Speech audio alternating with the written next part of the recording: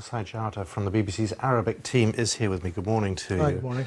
The concern now is how Morsi's supporters and the Muslim Brotherhood are going to react to all this. The expectation, there is some of them, or some of pro-Morsi, either the Muslim Brotherhood or Jama'a Islamiyya, might use violence because it's not easy to leave the power without any fight.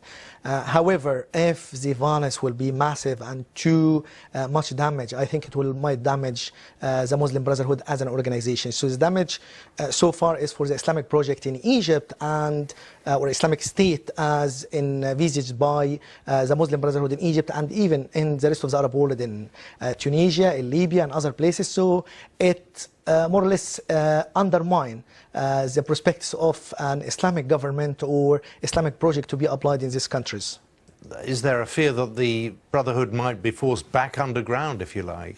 I think it would be a mistake, and this is a challenge before the new president who will be sworn soon and the new government to include them. We shouldn't, or Egypt or the new president and the government shouldn't exclude the Muslim Brotherhood, because excluding them will put them to work underground, and this will be dangerous for them and will be dangerous for Egypt. So it is a challenge for the opposition and the government to engage with them, because some of them will understand. Some of them will still determined to use violence, and they still thinking they are betrayed and the legitimate president was ousted by a military coup. But some of them will listen to the voice of wisdom and be engaged.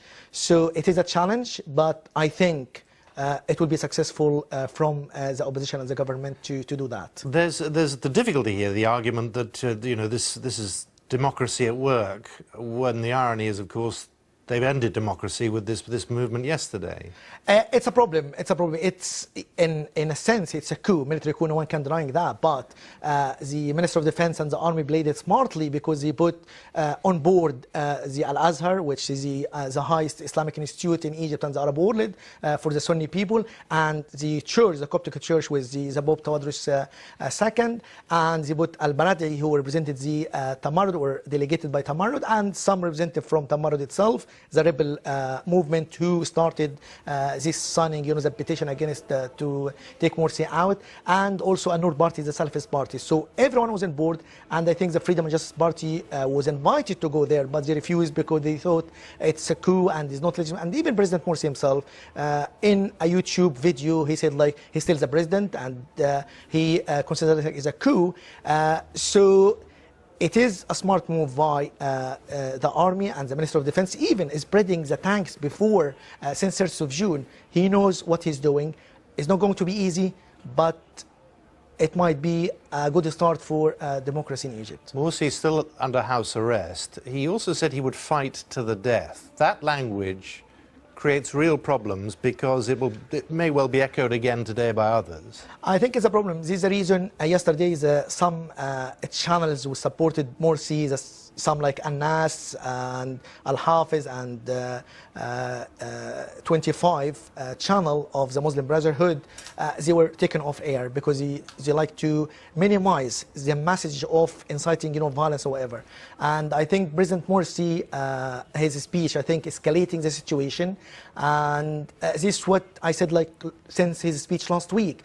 The Muslim Brotherhood, when they are strong, they don't negotiate. They don't understand the art of negotiation. This is throughout their history. They don't know how to negotiate when they are powerful. When they are weak, they cooperate. And this happens all over their history in Egypt, in practice and in their ideology. But elsewhere in democracies, you wait until the next election before you decide time for a change.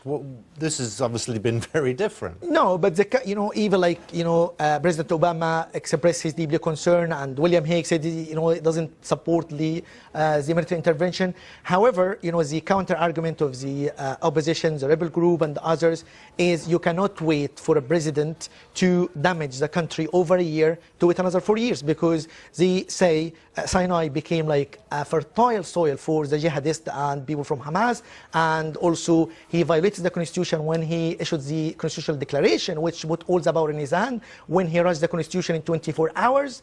So what he done over the year, and he attacked the judiciary, and he intervened in the judiciary, so he didn't keep his promises, he violated the constitution. So the counter argument is we cannot wait 4 years, because if we wait 4 years, it will be a disaster in Egypt. The real concern now is that while there may be a pause for relief, the signing-in ceremony just an hour or so away now, but there are concerns that there is still a prospect of a full-blown civil war here. No, civil war, no. And this is what I mean. Some people exaggerate. They don't know Egypt and they don't know like the nature of Egypt. You cannot compare Egypt and Algeria. It's too different. The character of Egyptian different from Algerian.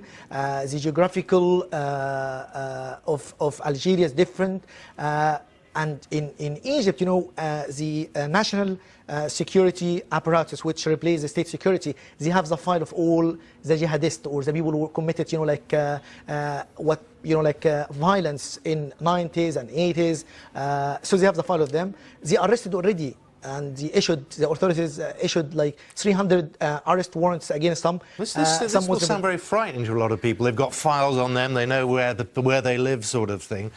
No. What I mean is they can minimize any violent attack from anyone who think the violent will be the good reaction or the only reaction now. And so it is.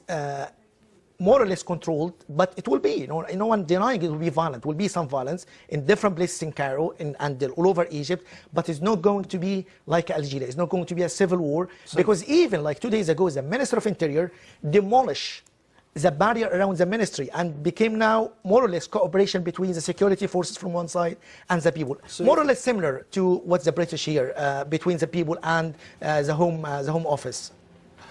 If there is violence, who does the army step in to support?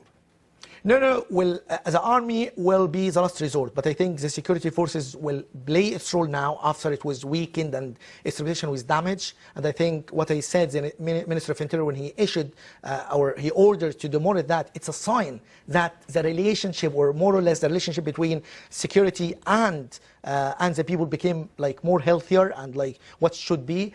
And besides that, the national security apparatus or organ knows about these people who might think about violence. But anyone commits violence, there is a law can judge them either from pro-Morsi or against Morsi. So anyone doing violence according to the law should be arrested. And when they put people under arrest, it's not because they want to arrest them, because like the revenge mentality will be a disaster for Egypt. So they shouldn't, the opposition or the government or the new president shouldn't put the Muslim Brotherhood and Jama'ah Islamiyah to revenge from them. Will be not healthy, will be disaster for Egypt. So the best way is to engage with them and to arrest the people who inciting people to violence. So the step of taking this channel off air because they might incite hatred, it's a precautionary measure in order to avoid like a massive violence. But violence will happen, but I think will be controlled, will not be wide. It's not going to be into civil war. Shehata, fascinating. Thank you very much for joining us. Thank you. Now,